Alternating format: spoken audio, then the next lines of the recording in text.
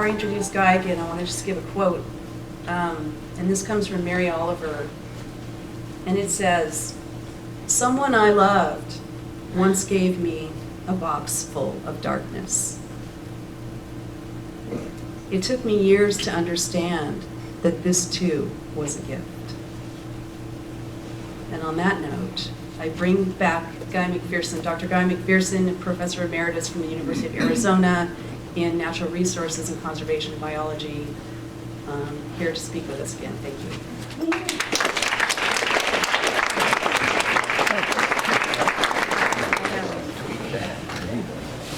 Thank you, Mimi, and thank you all for coming. I want to give just a very brief overview of what I call Climate Change 101, which I covered Tuesday for those of you who weren't here.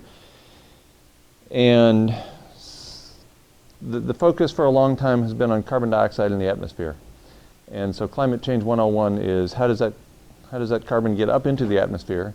Historically, before humans arrived, there would be a wobble in the Earth's rotation. And that would cause a little bit of warming to occur, and that would cause carbon dioxide to start coming out of the ocean. The ocean is a huge battery. It stores heat and it stores carbon dioxide. And once that carbon dioxide starts to be released, it's a self-reinforcing feedback loop. It's a runaway process. The more carbon dioxide comes out of the ocean, that's a greenhouse gas. The more it warms the planet, and therefore the more carbon dioxide comes out of the ocean and into the atmosphere. So when we started the project known as the Industrial Revolution in about 1750, we were at roughly 280 parts per million carbon dioxide in the atmosphere. And we were at about 700 parts per billion of methane in the atmosphere. Those are the two leading anthropogenic greenhouse gases. Now, whereas we started the Industrial Revolution at about 280 parts per million, now we're at about 400 parts per million carbon dioxide in the atmosphere. A huge change, more than 40% increase since the beginning of the Industrial Revolution. As James Hansen and colleagues pointed out in a paper in the refereed journal literature years ago, somewhere between 300 and 350 parts per million of carbon dioxide in the atmosphere is truly dangerous. Tack on just methane, and the carbon dioxide equivalent we have right now is over 550 parts per million. That's the equivalent, carbon dioxide equivalent, when we tack on methane to carbon dioxide. Methane in the atmosphere has increased more than 250% since the beginning of the Industrial Revolution.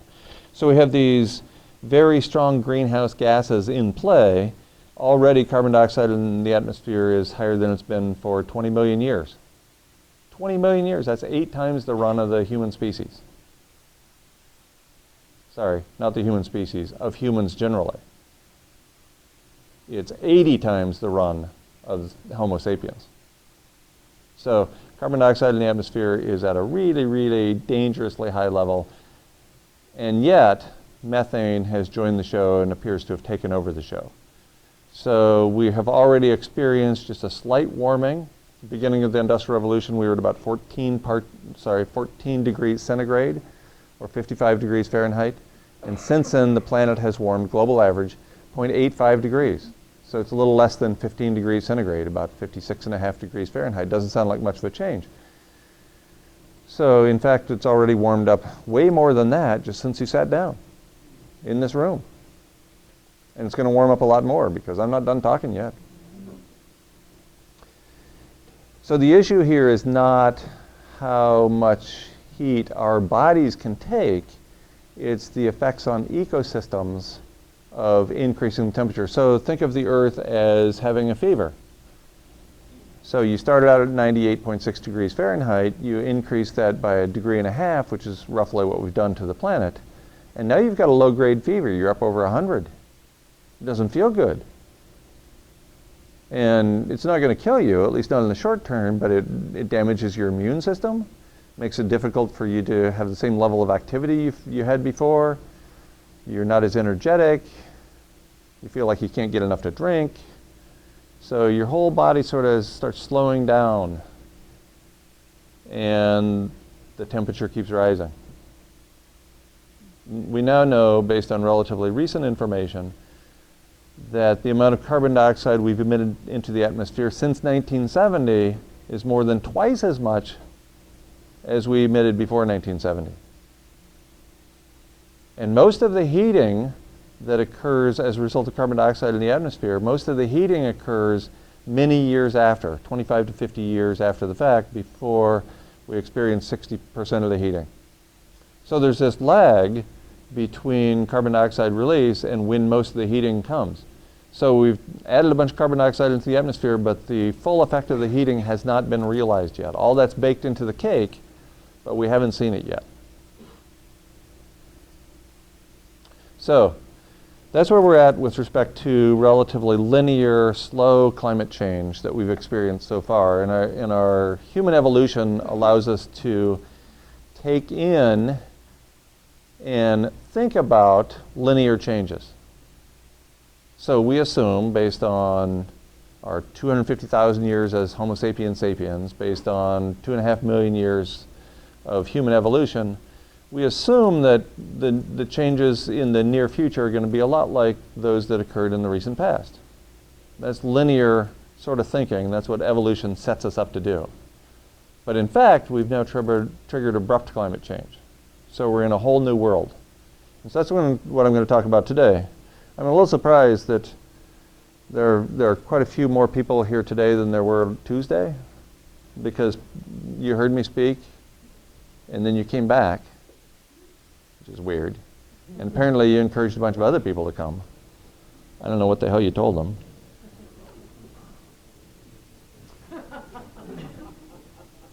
So now we're in the arena of abrupt climate change. And it looks like maybe we missed the boat. For the entire history of the field of astrophysics, astrophysicists believe that we were probably right in the middle of the habitable zone given a sun with our intensity, given a sun our size. But in fact, we found out only last year that Earth is not in the middle of the habitable zone, the middle of the green zone there. In fact, Earth is at the very inner edge of the habitable zone. You can see that the distance from Mars to Earth moving in is about the same as the distance from Earth to Venus. And we know what happened to Venus. It went, Venus. And so we're at the inner edge of the habitable zone. It seems that relatively minor changes in atmospheric chemistry could push us into a new world that would not necessarily be habitable by our species. And we haven't made minor changes in atmospheric chemistry on this planet. We've made major changes in atmospheric chemistry. Carbon dioxide has increased just over 40% since the beginning of the Industrial Revolution. But methane has increased more than 250% since the beginning of the Industrial Revolution. And clearly at this point has gone exponential. Contrary to the contrarian myth that there's been a pause in global warming, skeptics look to 1997 as the year that we plateaued. But in fact, we've known that the Earth was continuing to heat, but land surface records were not revealing that. And so again, a paper from just last year illustrates where all that heat has been going. It's been going into the ocean. The ocean is a battery. And much of that heat has been going very deep in the ocean. So if you look to 1997, about right here, you can see that since then, there's been a profound increase in heating in the relatively shallow ocean, down 700 meters, which is pretty deep. And even a substantial increase in the very deep ocean, 700 to 2,000 meters. It's tremendously difficult to heat the ocean that deep. But we're managing.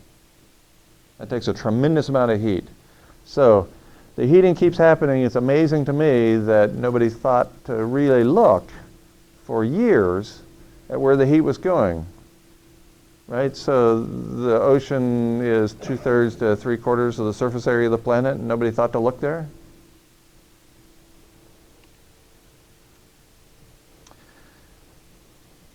So I want to ponder with you the idea that our species could go extinct as a result of climate change. There have been no humans on the planet at 3.5 degrees centigrade above baseline. Again, baseline meaning the beginning of the Industrial Revolution when it was about 14 degrees centigrade or 55 degrees Fahrenheit. 3.5 degrees C temperature rise corresponds to 3.5 times 1.8, about 6 or so degrees Fahrenheit. So it doesn't sound like that big of a number, but imagine if your body is 6 degrees Fahrenheit above 98.6, you're not feeling good at all. And if that persists for very long, you don't survive it. Earth has a fever. Indeed, we're headed for more than 4C above baseline in the near future. And according to a paper in The Guardian, London's big daily newspaper, by Oliver Tickell, 6 years ago, on a planet 4C hotter, all we can prepare for is extinction. I'm not sure how that preparation is going to go. 4C is locked in according to projections from many organizations based only upon carbon dioxide in the atmosphere. We've been so focused on carbon dioxide for such a long period of time that that's where the climate scientists have been spending all their time. In fact, the recent Intergovernmental Panel on Climate Change assessment, the 5th assessment that came out officially this year, although it was leaked starting in September of last year, bases essentially all of the information on carbon dioxide. Methane is mentioned in a single table, and it's said to be a problem, as we've heard so many times, for the grandchildren, for future generations to have to worry about. IPCC report is 7 to 10 years old, based on 7 to 10-year-old information by the time it's released to the public. So it's very conservative. According to these organizations, including the Intergovernmental Panel on Climate Change, the most conservative scientific body on the planet, we're headed for 4C with certainty within the next few decades. You know, the Pentagon is not one of those left-wing earth muffin organizations that is going to conclude, based on liberal, progressive ideas, that we're going to enter a whole new world unless there's pretty strong evidence to support that. In fact, the Pentagon solicited a report subsequently written in 2003 on abrupt climate change by a pair of people named Schwartz and Randall. If you have a chance to track that down, it's worth reading, because the Pentagon was worried about abrupt climate change as early as 2003. According to the United Nations Advisory Group on Greenhouse Gases, it's not 2C that is the target scientifically, 1C is the target scientifically. The Rubicon we cannot cross is 1 degree centigrade above baseline. Again, that would be not, we started at about 14C, so that would be about 15C that we shall not cross. As it turns out, that's a very conservative assessment. Beyond 1C may elicit rapid, unpredictable, and nonlinear responses. That's the first thing that's really important about this statement: rapid, nonlinear, unpredictable responses, or self-reinforcing feedback loops. Again, the United Nations is a conservative body. This is 1990. That's a long time ago. There's a lot we didn't know at the time. The second important thing here, this could lead to extensive ecosystem damage. It's not that we're not clever. It's not that we can't take off clothes, turn up the air conditioner, put up buildings, hang out in the shade, drink more water. We're very clever. That's not the issue. Extensive ecosystem damage, that's the problem. If we can't grow food, we can't survive. We're human animals. Emphasis on animals. So we need all those other things that every other organism needs to survive: air, water, food, the ability to maintain body temperature. So if we don't have one of those, we're done. Well, 24 years later, after the United Nations Advisory Group on Greenhouse Gases comes out with their report, things are getting a little more real. As David Spratt says in a presentation delivered, you can find online, called Dangerous Climate Change, Myths and Realities, he says, quote, "We thought at 0.8 of a degree was already probably too high," and I'm thinking, geez, I really want to correct the grammar. But then I realized I'm talking about climate change, so focus a little bit. And what was safe was probably under half a degree of warming. So we take this very conservative body that says 1 degree C is the Rubicon we cannot cross, but then we learn a lot more and it looks like, oh, that wasn't right. Half a degree was a big deal. And that's in the rear view mirror. So half a degree was a big deal, and we've been past that for a while. We've crossed multiple tipping points or self-reinforcing feedback loops at 0.85 C above baseline. So we're at roughly a little under 15 degrees centigrade, a little under 56.5 degrees Fahrenheit at this point for the global average temperature of the planet. And we've triggered these self-reinforcing feedback loops, or so-called positive feedbacks, although they really aren't so positive for us. So the analog here is kicking a soccer ball. You kick a soccer ball on a soccer field, it rolls to a halt relatively quickly because of gravity and friction from the grass. But if you kick a soccer ball over a cliff, it doesn't stop so quickly. In fact, initially, until it reaches terminal velocity, the further it goes, the faster it goes, and the faster it goes, the more ground it covers in a short amount of time. That's a self-reinforcing feedback loop. It's feeding on itself. It's causing itself, through its own process, to accelerate the process. So we've crossed many of these tipping points. As Tim Garrett pointed out in an article published in one of the premier journals in climate science, Climatic Change, published in 2009, only complete collapse of industrial civilization prevents runaway climate change. Well, guess what? We still have the lights on. We still have water coming through the municipal taps. We still have gas at the gas station. We still have food at the grocery store shelves. We need to get rid of all of that, according to Garrett, if we're to prevent runaway greenhouse. And he's published a couple of papers subsequently indicating the same thing, indicating that in effect, civilization is a heat engine. If we keep civilization going, we're heating the planet. Civilization in any form, that means solar panels, wind turbines, whatever. And so the typical response I get from, quote, civilized climate scientists, those in academic institutions, for example, is that I'm going to change the system from the inside. We just need a different kind of civilization, and I'm just the guy to do that. But civilization is the heat engine. So the mainstream climate scientists are the cockroaches in the belly of the chicken. I'm going to change things from the inside. Whoops, I'm in the belly of the chicken. I don't know it yet, but I'm already dead. And I'm trying to change things from the inside. The inside is the problem. The inside is the predicament. Civilization is the predicament. So clearly, it cannot be the solution. So seeking civilized solutions to a problem rooted in civilization is oxymoronic. And that's the nicest thing I can say about it. Again, beyond 1 degree C may elicit rapid, unpredictable, and nonlinear responses, and in fact already has, and extensive ecosystem damage is well underway. The intergovernmental, according to Truthout, evaluating the first summary report, the first major report from the IPCC's vaunted fifth assessment, Truthout headlines their article, Intergovernmental Climate Report Leaves Hopes Hanging on Fantasy Technology. Specifically, what the IPCC reported is that global warming is irreversible without massive geoengineering of the atmosphere's chemistry. Global warming is irreversible. The first hint that we've triggered these self-reinforcing feedback loops.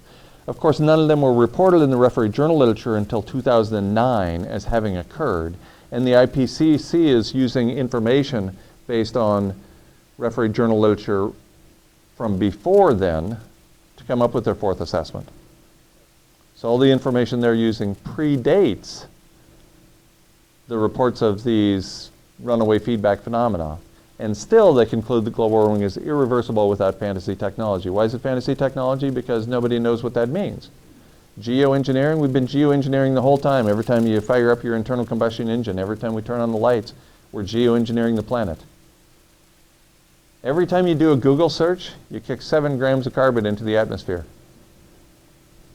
So don't tell me that staying and working at home, telecommuting, is going to solve the problem. Electricity is expensive. Since the Intergovernmental Panel on Climate Change's fifth assessment was leaked in September of 2013, there have been 5 referee journal articles that discuss the notion of geoengineering. And the bottom line from Nature Communications in February of this year is that current schemes are likely to either be relatively useless or actually make things worse. So geoengineering is fantasy technology that, it appears, came too late. So no geoengineering approaches have been evaluated by the scientific process and found to be even remotely promising. I'm going to move a little bit beyond carbon dioxide now. There are a handful of other greenhouse gases, including methane, nitrous oxide, ozone, and these are in order based on their abundance in the atmosphere. And it's a big step. We go from roughly 400 parts per million carbon dioxide to 750 parts per billion methane, and methane is the next most common greenhouse gas after carbon dioxide. Methane is, however, far more powerful a greenhouse gas than carbon dioxide, more than 100 times more powerful molecule for molecule than carbon dioxide in the short term, meaning a span of a couple of decades. So in the short term, upon immediate release, that 750 parts per billion is a tremendously large number. Unlike carbon dioxide, for which most of the heating resulting from carbon dioxide is delayed a few decades, that's not the case with methane. The heating rise associated with, oh my God, poltergeists. I hate it when that happens. Most of the temperature rise associated with methane, atmospheric methane, occurs relatively immediately, as within months or years, not decades. So atmospheric methane rise is a huge, huge issue. I'm going to talk about one of 40 irreversible self-reinforcing feedback loops that I know about, the one that was first reported in the referee journal literature, that of methane coming out of the Arctic Ocean. Methane is coming out of many other places. I'm just going to focus on methane coming out of the Arctic Ocean because it's been so well studied.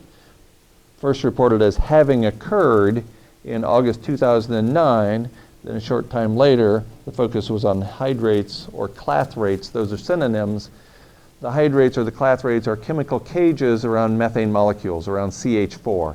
And as the chemical cage warms, it breaks open and releases methane directly into the water column or directly into the atmosphere. So a hydrate or a clathrate is just a cage. It's just a cage that's holding the methane within the cage. And when it breaks open, the methane is set free into the wild. The methane hydrates in the Arctic alone are equivalent to 1,000 to 10,000 gigatons, or million tons of carbon, relative to 226 gigatons of carbon that we've released by burning fossil fuels so far, with over 2/3 of that 226 gigatons coming since 1970. So 1,000 gigatons, of course, since 2010, when this paper in Science was written, we burned a lot more fossil fuels. So we're no longer at 226 gigatons of carbon by burning fossil fuels. We're up over 300, but still we're talking about 3 to 30 times the warming equivalent coming from methane than coming from all the fossil fuels we burned so far. So that's a huge number that we're talking about. A minor increase in temperature is sufficient to trigger methane release, and a suite of amplifying feedback mechanisms, according to a paper by Michael Jennings in Global Policy, have engaged. So finally there's recognition in the referee journal literature that a series of self-reinforcing feedback loops have engaged. This is a huge admission that results from a very conservative process. According to Natalia Shikova, who has conducted observations about methane release from the shallow seafloor of the Arctic Ocean for the last 10 years, a 50 gigaton burp of methane is, quote, highly possible at any time. 50 gigatons. That's massive. The heating that would result from that in the relatively near term would almost certainly preclude habitat for humans on the planet.